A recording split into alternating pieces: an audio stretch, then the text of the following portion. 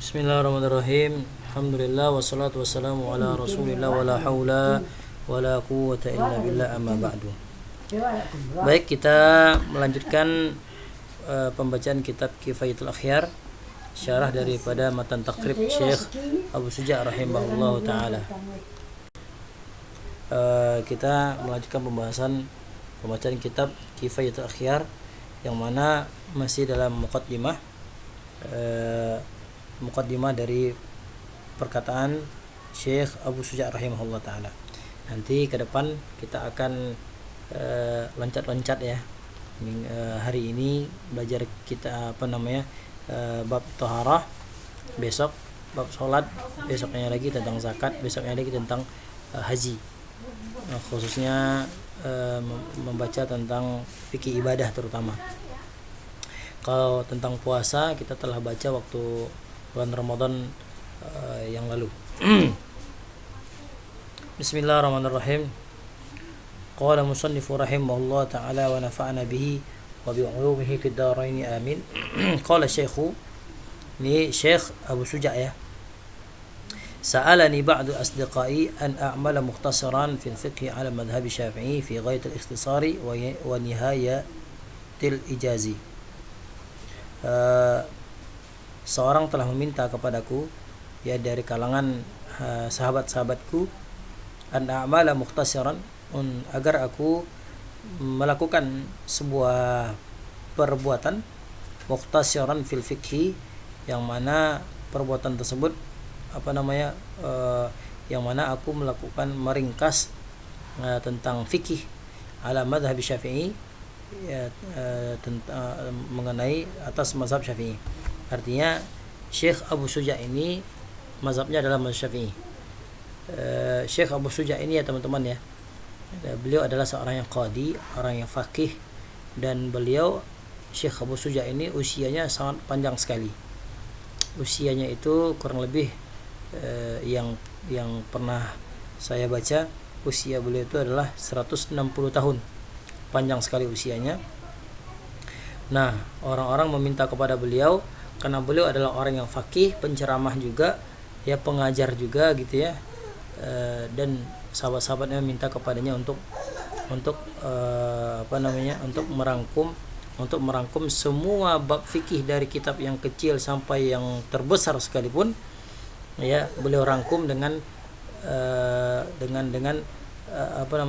perkataan dengan perkataan yang sangat ringkas sekali, sehingga sangat mudah untuk dipelajari oleh para penuntut ilmu, khususnya bagi yang pemula.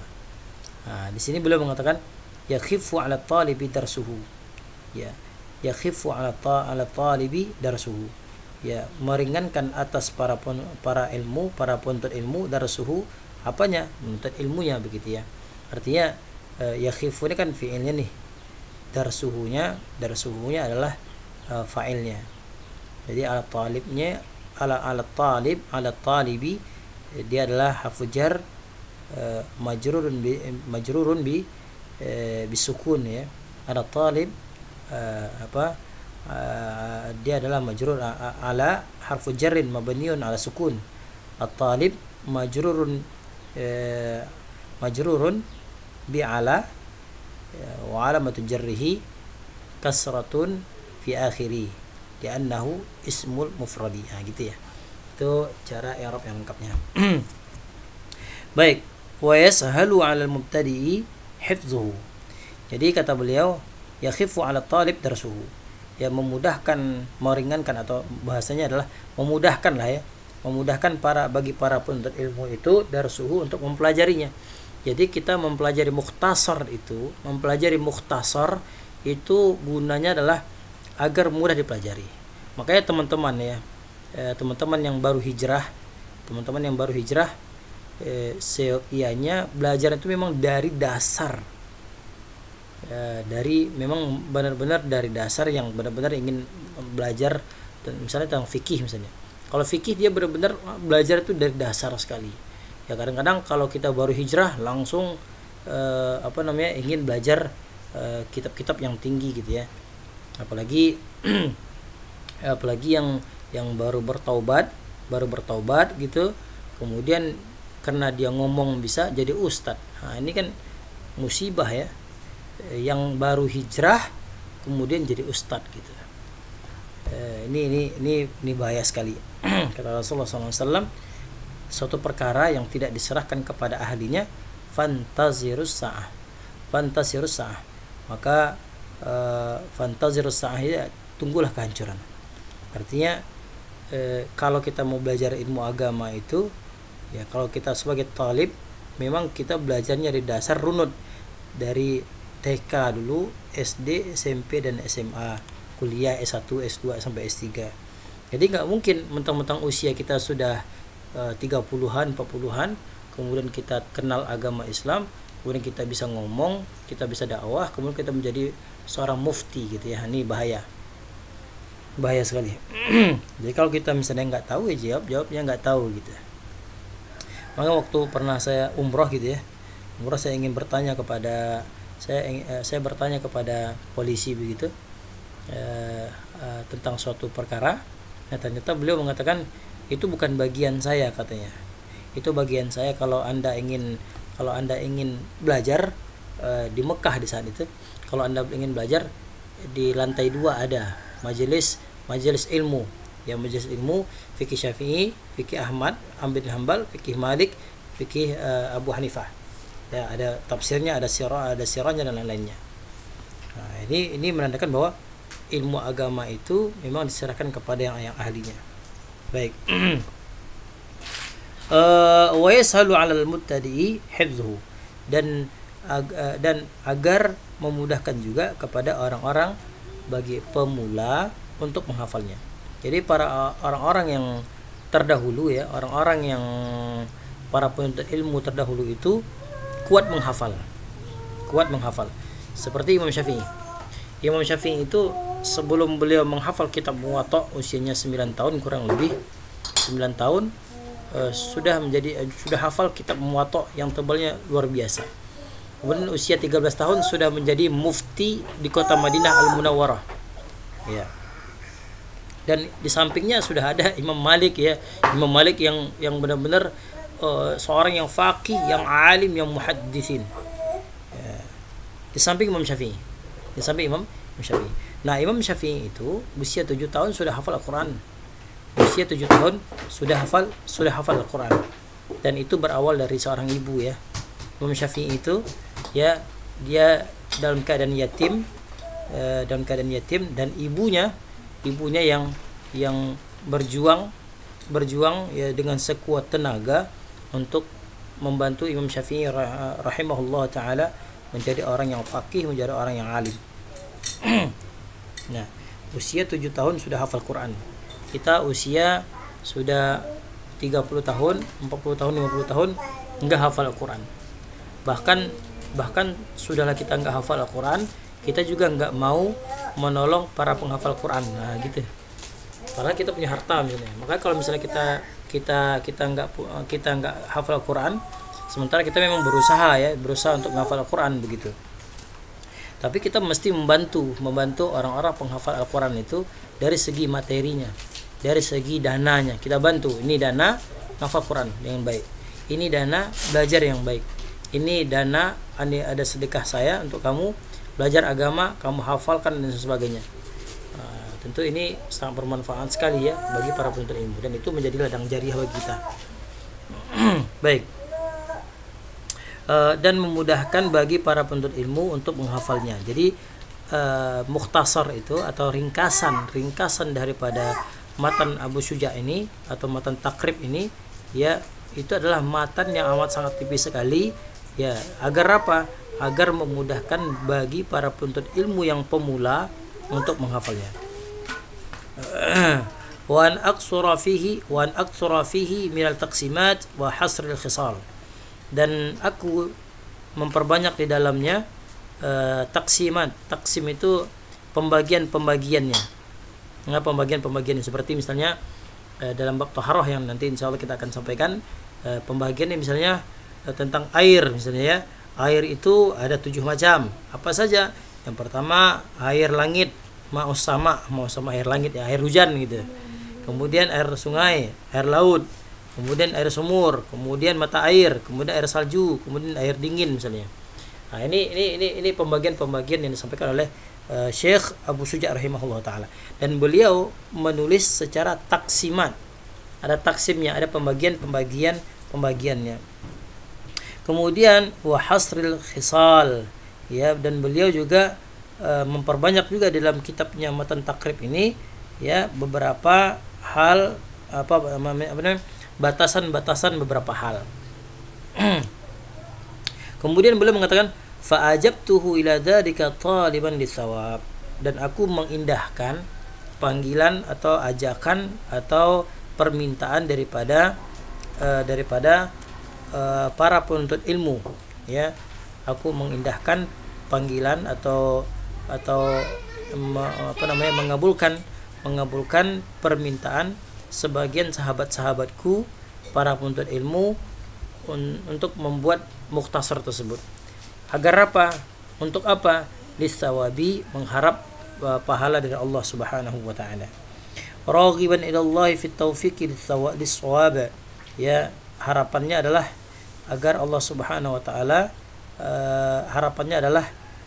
agar Allah memberikan petunjuk kepadaku lis-shawab, ya, untuk kebenaran. Jadi Allah memberikan taufik kepadaku untuk kebenaran gitu. Nanti Syekh Taqiyuddin rahimahullah taala menjelaskan apa sih yang dimaksud dengan taufik dan shawab itu. Kemudian innahu ala ma yasha'u qadir. Ya, sesungguhnya Allah itu maha kuasa, ya, maha mampu. Wa bi ibadihi khabir, dan Allah itu juga maha mengetahui kepada hamba-hambanya. Baik. Apa yang maksud yang mukhtasar ini? Nah, di sini dijelaskan oleh Syekh Taqiyuddin rahimahullah taala, maksud dari mukhtasar di sini adalah, ya, mukhtasar itu ringkasan. Apa maksud dari ringkasan? Maqalla lafzuhu wa kathurat ma'anihi, ya, yang sedikit maknanya, sedikit lafaznya sedikit. Misalnya ma'u salji, misalnya air salju. Tapi kathurat ma'anihi, banyak makna-makna yang terkandung di dalamnya. Sebagaimana salah satu keunikannya Rasulullah SAW itu adalah jawami'ul kalim. Ya, ini terkenal dalam bidang ilmu hadis. Rasulullah itu adalah jawami'ul kalim, yang mana perkataan Rasulullah itu adalah singkat, padat, dan tepat, dan tidak bertele-tele. Ya, itu yang disampaikan oleh Rasulullah SAW. Begitu juga dengan ringkasan, ya.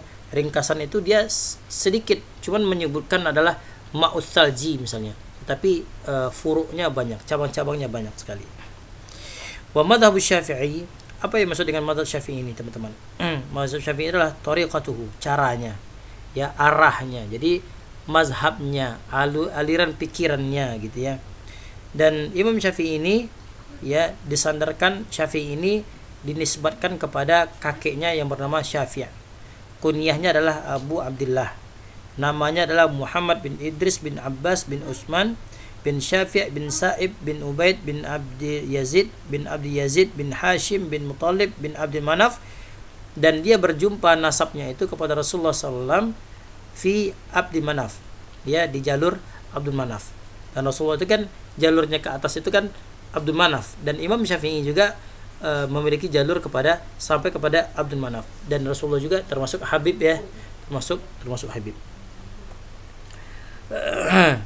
Timbul pertanyaan, kenapa sih kita mesti bermazhab? Nah, ini kan pertanyaan yang banyak yang dilontarkan oleh orang-orang, ya, orang-orang yang para penuntut ilmu. Kenapa kita mesti bermazhab? Ya, kita nggak mungkin untuk memahami Al-Quran ataupun hadis tanpa melalui 4 mazhab ini. Nggak tahu apa sayang. Nah, Rasulullah SAW, ya, kenapa kita mesti bermazhab? Mazhab itu kan arti katanya zahaba, artinya alur pikiran kita, alur pikiran para ulama, terutama ulama mazhab yang 4. Abu Hanifah berpikiran seperti ini, Imam Malik seperti ini, Imam Syafi'i seperti ini. Imam Ahmad bin Hanbal seperti ini. Nah, beliau ini yang 4 orang ini ya adalah ulama salafus saleh. Ya, yang hidup di masa-masa keemasan. Ya. Yang dikatakan ulama salaf itu adalah 3 abad setelah Rasulullah SAW hijrah. Itu adalah masa-masa keemasan. Jadi kalau kita ingin merujuk kepada ulama salaf, ya 4 ini.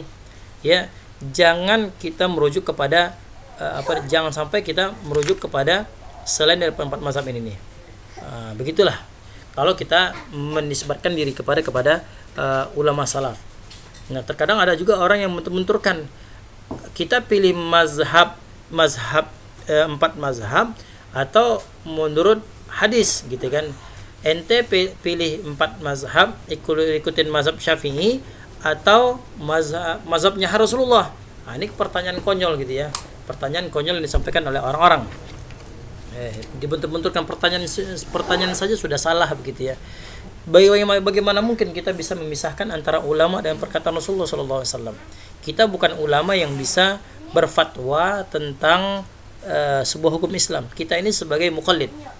Kita ini sebagai muqallid atau orang yang ikut, atau sebagai orang yang taklid, ikut kepada mazhab. Nah, kenapa kita mesti bermazhab Syafi'i? Di Indonesia khususnya itu mazhabnya adalah mazhab Syafi'i. Ya, mazhab Syafi'i. Dari lahir kita, dari udah zaman Bahelo begitu ya. Indonesia mazhabnya adalah mazhab Syafi'i. Akidahnya adalah akidah Asy'ari dan Imam Al-Maturidi, dan banyak yang disalah-salahkan oleh orang-orang ya, orang-orang yang orang-orang yang yang mengaku ikut sunnah begitu ya. Padahal yang paham sunnah adalah para ulama mazhab begitu ya, ketimbang orang-orang yang mengaku kepada ikut kepada hadis Rasulullah SAW. Dan ini penting kita pahami bersama bahwa para ulama itu ya, dalam buku Al-Mizanul Kubra dijelaskan bahwasanya para ulama mazhab itu nanti akan memegang satu panji, satu bendera begitu ya. Nanti di belakang-belakangnya itu adalah para pengikut-pengikutnya. Jadi intinya adalah ulama-ulama mazhab itu bisa memberikan syafaat kepada para pengikut-pengikutnya. Nah, kalau kita bermazhab Imam Syafi'i, maka Imam Syafi'i pun akan memberikan syafaat nanti ketika kita berada di padang mahsyar. Jadi bukan hanya Rasulullah, bukan hanya dengan sahabat-sahabat yang lain, enggak. Tapi ulama mazhab pun akan memberikan syafaat, kepada para pengikutnya. Nah, ini salah satu inspirasi bagi saya. Ingin mudah-mudahan bisa hatam kitab Kifayatul Ahyar ini, agar terpatri dalam kehidupan kita mengakui mazhab Syafi'i, tapi alangkah anehnya bin ajaib, kita tidak memahami pemikiran daripada mazhab Syafi'i itu. Baik. Jadi kita kembalikan lagi bahwa silsilah keturunannya Rasulullah SAW dan Imam Syafi'i itu bersambung ya, bersambung kepada Rasulullah SAW. Bertemunya di mana? Bertemunya itu adalah di Abdul Manaf.